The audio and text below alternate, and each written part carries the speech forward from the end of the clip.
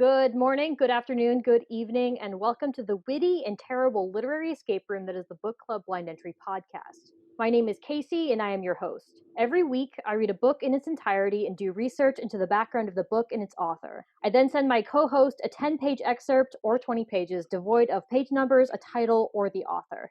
In the next 20 minutes, my co-host and I will try to reconcile our differing perspectives to see how much one socially distanced excerpt deviates from the meaning of the entire book. Today, I have two co-hosts, and their names are Pearse and Monica.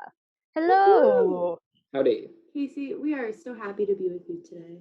Me too. I thought that actually, given the most poignant part of this most recent book I read, that actually having two people on here to discuss this would make for a very interesting conversation. But first, I want to know what sorts of genres you normally associate with in your spare time reading. I actually was really excited about this selection because I'm a fan of the pod. I don't know if you have many fans, but you're starting out, but I'm a big fan. I'm an OG. I was very excited about this selection because unlike previous selections, I think this fits really well with my typical reading, which is sort of like a non-fiction-y book where you feel like you're learning something. As a nerd, that's what I crave. But Pearse is a much more diverse reading list, I think.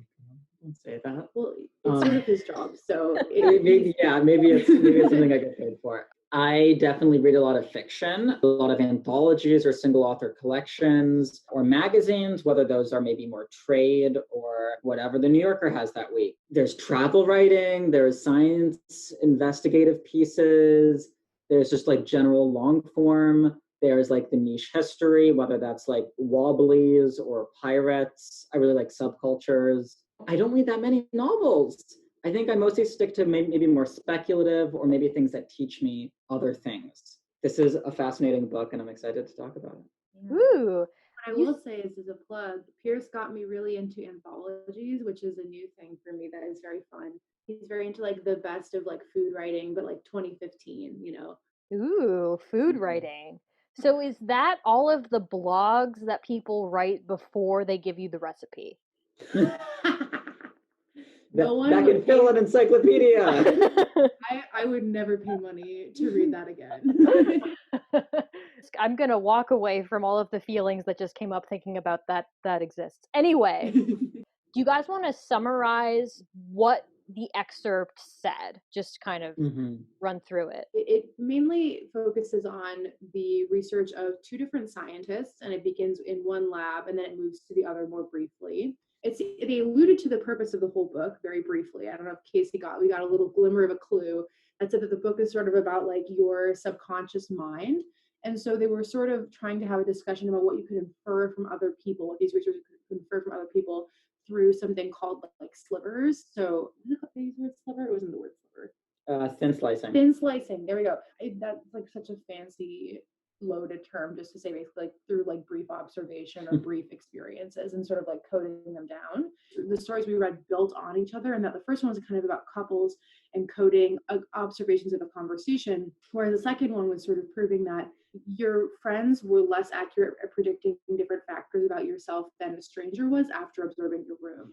Somehow actually the less information you know about the person themselves, the thinner the slice almost, where you can just observe an area that would tell you a lot about that person, the more accurate you're able to be, even without knowing that person. But my favorite part was that the researcher on the first study would observe couples in restaurants after doing his research because he got so good at predicting compatibility from conversations that he was observe people in restaurants and predict oh, you'll be divorced within 15 years, or this couple's gonna make it, which I find hilarious. I am curious. I just want to set the record straight. This is creative nonfiction. I do really consider this creative nonfiction, and considering the language and also considering the way the author structures the arguments, I would consider this creative nonfiction. I also consider, though, Jon Krakauer to be creative nonfiction, but he kind of structures his novels very linearly. I'd also consider Truman Capote to be relatively creative. One of the reasons I chose this excerpt for y'all is because I found it a bit upsetting. And I was wondering whether you guys could predict why I would find it upsetting. Because if it's true, then it's bad. I did not read this believing that it was true. I read this, I just want to set the record straight right now. Yeah. I read this as fiction. Yeah. The fact that now we're kind of vibing away from that, I'm kind of waving goodbye to a bunch of marriages, apparently, because you can predict marriages in 3-minute intervals. I don't know, man. I know. I know. The author was talking about how accurate this person's studies have been. This idea that you can predict whether a long-term relationship will succeed in 3 minutes is really uncomfortable to think about. The qualms I had with it are not whether it's right or not, even though I agree with Pearse that I doubt that this is actually a study that is like unbiased.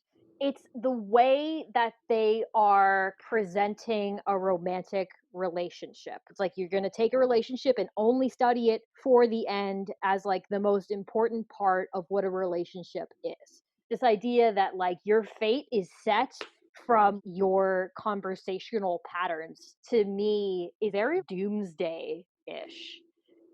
Psychology is not really my specialty here, and I think it can be a little bit morose how they, I feel like the more you talk to psychologists, they're like everything about you and what you act is determined and it's static as of like a certain age or as of like X things that happen to you, which is sort of disturbing. The frustrating part about it is that it doesn't imply that you can grow in a relationship. They talk about this idea of patterns, which I definitely think that makes sense. The idea that like people have different like patterns and habitual ways in the way they communicate, like that. Yeah. That to me makes a ton of sense. But I think the idea that like those patterns might not change over time, that like if you were having issues that you'd be deliberately trying to change your behavior and grow as a person, like the fact that that doesn't alter the way you'd be in a relationship, that to me feels unrealistic.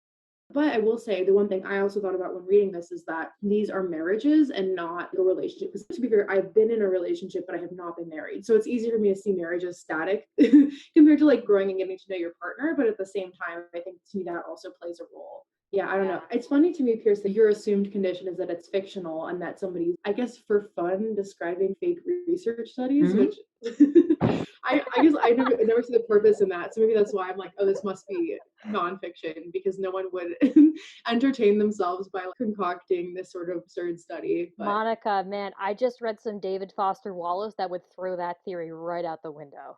Oh boy. Was it interviews with hideous men? It was Mr. Squishy. Oh, okay. Well, we'll put that one on our joint reading list. Or not. I'm excited. Okay, so Casey, I felt that you wanted both of us to do this thing together because this is all about couples. And then when I got to the section that is subtitled "The Secrets of the Bedroom," I was like, "Oh no! Like, what did Casey have us in here?" But it was a different type of secret of the bedroom, so I was less uncomfortable. The writing style. I just want to hear about what you guys thought of the writing style. The British section, the section about the interceptors who were listening into German communications. Oh, it was so beautiful. I really, really love that. I love the idea of knowing someone by the way their fingers work on Morse code, the personal ways each of them interact differently with such a primitive and clunky machine. But each of them giving it so much life just really speaks to me. The power of humanity to put life in everything. Yeah, and I think like the enduring power of personality. Just think about all of the different ways that personality could come through in like a Morse code machine. You have the language itself, and then you have the cipher. So you have the person interpreting the cipher, and then you have the person constructing the words and the language, and then you have the person deciding the pressure and the frequency of the dots and dashes and communicating all of this in one packaged message in the spirit of the book, where your subconscious is making all these decisions and managing all this information. You're kind of receiving 4 different thin slices of information in one Morse code message. I don't remember whether the Morse code translators were like psychologists, but the idea that they're performing this armchair psychology function, that they had personalities planned out for people that they had only been able to construct through how much time it takes you to separate 2 different dots. It's crazy. That says so much about how intricately wired we are as people that we will use that as a piece of information to leap to these what seems like wild conclusions about your childhood. Did you have trauma, or are you impatient, or like Yeah.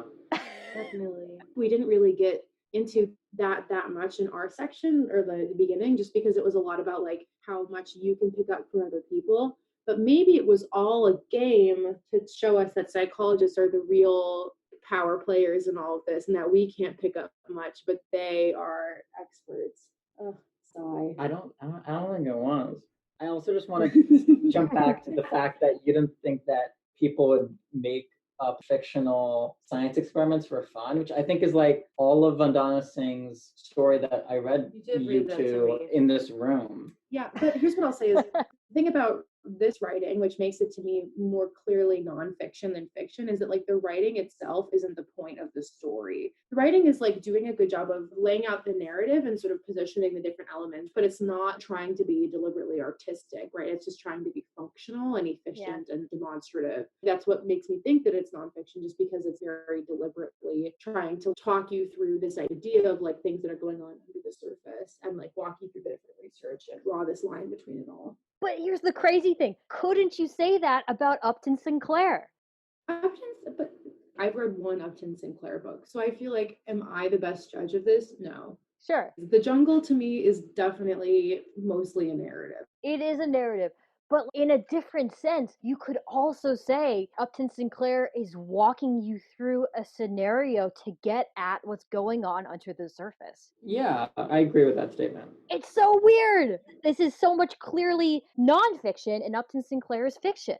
Pearse still disagrees that this is clear. No, I don't still. Well, I am just saying that one wrote it with the intention of truth and with the reality of truth. I don't know. Maybe they didn't. I don't fucking know what this book is. So I'm sorry. Can I swear here?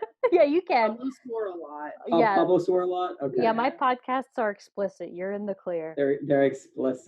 They're explicit. I don't know if I would have picked this up before. It feels to me like I was thinking about comparisons. I was thinking about Anne Boyer. I was thinking about Leslie Jameson and like empathy exams. Was it Esme Wu who did Schizophrenic Diaries, or just like similar explorations of psychology and memoir where those two kind of start to meld? Oh, go for it.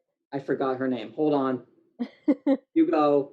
I think one thing that really did take me was how this author, while they are trying to make a point, and while this is structured as a nonfiction, they're very much an exhibitionist. The way they're jumping around between different scenarios, you go from predicting whether two people's marriage, their lives, such a huge part of their lives will succeed, to World War II, then going into people's dorm rooms to try and deconstruct their personality. It's almost like this crazy sample platter of all of these almost exotic situations that have pop psychology themes in it of I can deconstruct you with your fingernail. And also the idea that sometimes, I know at least when he dove in, when he outlined the couple's conversation about whether their dog was oily, you had no idea that they had a conflict. At least that was my impression. I thought they were just flirting with each other. They were instructed to argue, which is sort of hilarious. Here's what I really thought about when I read that, is I was like, what if like Pearse and I sat down together and they were like, argue about something, and then we both brought up something different that like the other person didn't think was a problem. Like, could you imagine that happening? I mean, but also, Casey, I feel like in science, that's how you draw up a thesis, is like you consider the dimensions of different problems and you bring it together, especially in like psychology, right? Like these trends or these sort of like types of traits like show up in lots of different cases. It's proof of the author's innovation that like he has the range to go into like think about things in such a variety of contexts. That's what makes it successful nonfiction, is he's able to show the universality of the themes he's working with. And that's part of what makes makes it, to me, such this fun and playful, very show-offy, how he can kind of take these very disparate situations and be like, Illuminati, they're all connected. I The feel like you have a grudge Illuminati? against nonfiction. I feel like you're like, think this author is trying to like pull the rug out from under you. I'm going to be honest, I have read very mixed reviews for this book. Okay. Yeah, Pearse picked up on that and being like, this isn't real. I thought of a comparison book, and it's Strangers Drowning by Larissa McFarquhar. I think that's her name. I know it's the name of the king in Shrek. Farquaad. Oh, Are you no, this looking is it up? Farquhar. Farquhar? Anyway, point is, Strangers Drowning does a similar thing with utilitarianism, connecting it to like a Japanese Buddhist monk, and then all the way to like a Mormon family that has adopted 12 kids, and like a lot of disparate examples to get to like one general pop psychology point. And I thought that was a very effective read. Oh, really? What was also just amazing about it was how deep she went into each of the examples. It's just like, how did you discover that this Buddhist monk shared the same moral through line as this family that has adopted 12 kids? Like, what brought you to these stories, and how many years did it take for you to search? And so similarly, I think that this author, I'm just curious, how long did it take him to find out that the Nazi people, the people listening to the Morse code, the marriage people, and the bedroom people, when did all of them come together in the development of the research for them? Weirdly enough, in like the world of science, I feel like pop psychology is some of the most successful forms of like scientific communication. I just feel like most people have read or wanted to engage with a pop psychology book at some point in their lifetime, and it's because they span such a range of context, and they're also about a theme that's like theoretically broad enough that it engages the reader because they can relate to it. And so on one hand, while I feel like you two are like critical of the sort of like show and tell nature of the author's work, I think like, that's just me. I think Pearse is actually thinking Pearse is okay. Pearse, why is there so much range, or like why are they doing this? But I think it's because they want it to be relatable to everybody. Yeah. Pearse thinks it's a good thing. I think it detracts from the strength of the argument if you're using situations that are only comparable in your point. But that can also work both ways. Pearse said like that can also be like, whoa, you can have two crazily different situations and still have this one line of a pattern carrying through regardless. Totally. There's just way more opportunity to question whether that's actually the case. Are you guys ready for me to start dropping more background? Okay. Should I grab my shortbread now, or is it going to be too crunchy? Pearse is just so energized by this, he needs to be refueled. Lay it on us. Tell us some crumbs here. All right. So this book was largely inspired by a case of racial profiling. Hey guys, so I got this fact from a New York Times article written by Rachel Donadio called The Gladwell Effect, and in it, Donadio writes that Gladwell, quote, grew his hair into an afro and then was repeatedly pulled over for speeding and stopped once by the police looking for a rapist with similar hair, end quote. And I was really taken by, and that would inspire him to build this whole case for, I guess, thin slicing and first impressions. Ooh. I think I know what this is. The author of this book is half Jamaican. Half Jamaican, half Canadian. Yep. This is Malcolm Gladwell's Talking to Strangers 2019. This is his book called Blink. It is one of his books that has not really received that great of a welcome. So I have been kind of scrolling through the reviews on Goodreads because some of them are very good. And I've actually compiled a list of the best 1-star reviews in like a little like festival formation because I think that they're so.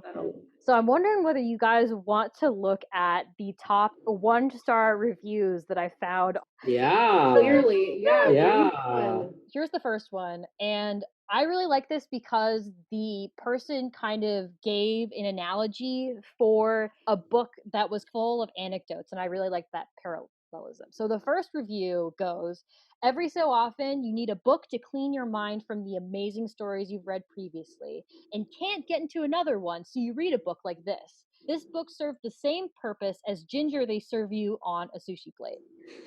Okay.